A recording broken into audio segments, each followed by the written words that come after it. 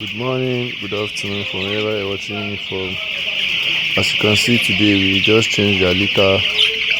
They are happy, keeping them refreshed. They are doing well.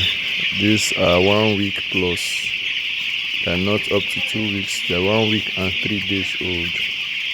So as you can see, they are feeding alibitu, and they are happy because they just changed their litter, looking fresh, active, agile.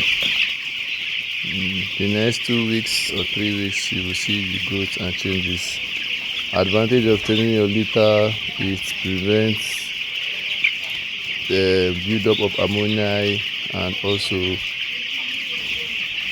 infection, transmission, and too many diseases attached with it, because their litter need to be changed when you notice his weight or is kicking.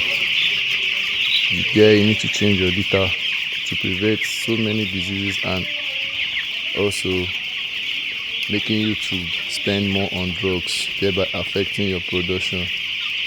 So you can see they are on the nipple drinker.